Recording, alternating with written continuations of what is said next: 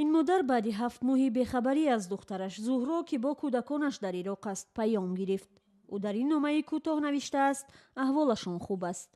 در دختر در اومد من نمیدونم وای دختر چخیل اچاق کردم چخیل وای کردم دختر چه دیگر میگه که هم دختر اچاق کردین زدیسن دختر اسم میره این طرف میره اون طرف میره خوشچگون کردگی گفتم دختر من میبیارین خیلی نصیبتون دا باشه میبیارین دخترتون.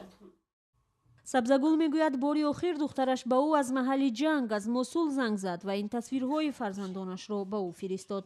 میتونم بیایم قینه دویدن گفتم میگفتم که در کوه میگردیم پولیش میگردیم عذاب میکشم همیلهش کم دم نباشه با خود آسان ترک میشه و همیله.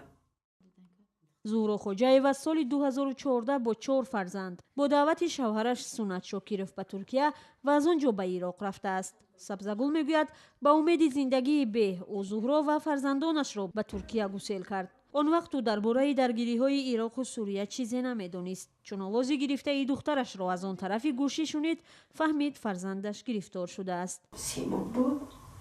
دوم سیمون ممکن که خیلی آوازش گرفته تلفن میکرد گیره میکرد. ایوس وای گیره میکرد ایس من گیره میکردم.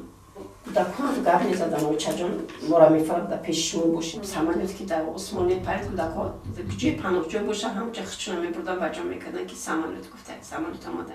شوهر زهرا از دوستان برادرش بود. او آنها را به هم آورد. بعد بردن نبیره‌ها و دخترش به عراق، سبزگل میگوید باران سرزنش را بر سر یگانه فرزندش بهادر خوجایف ریخت. کنار سرزنشی ما بچه گریخته. چی میگفتین شما که یافتید؟ امی یافتگی خطه میگفتم داماد یافتگی دختر من گردونده بیار.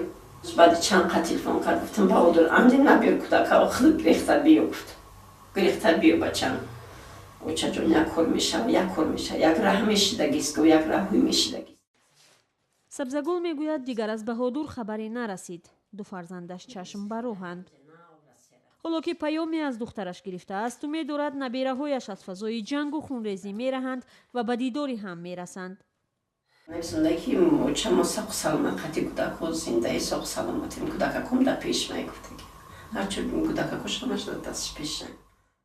مقامات تاجیک به رادیوی آزادی گفتند قضیه زهرا و فرزندانش را تحقیق دارند و آنها را به وطن برمیگردانند.